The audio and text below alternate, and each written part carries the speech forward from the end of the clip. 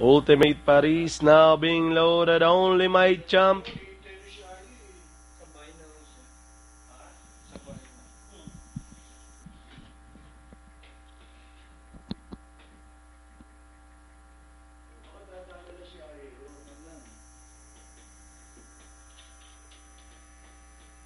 All set.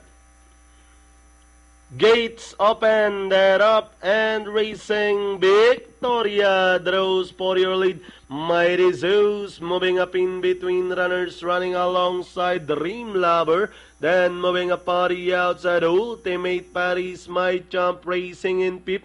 Down on the inside, 6 is Adamas as they race towards the half-mile pole. Victoria leading the field, followed by Mighty Zeus in second. Racing in third, Dream Lover, Ultimate Paris. Now catching the third spot, then running on the outside. My champ moving up by the rail is Mr. Maki as they rounded a 600. Victoria leading the field. Ultimate Paris now being thrown up the challenge on the outside as they race at the final corner.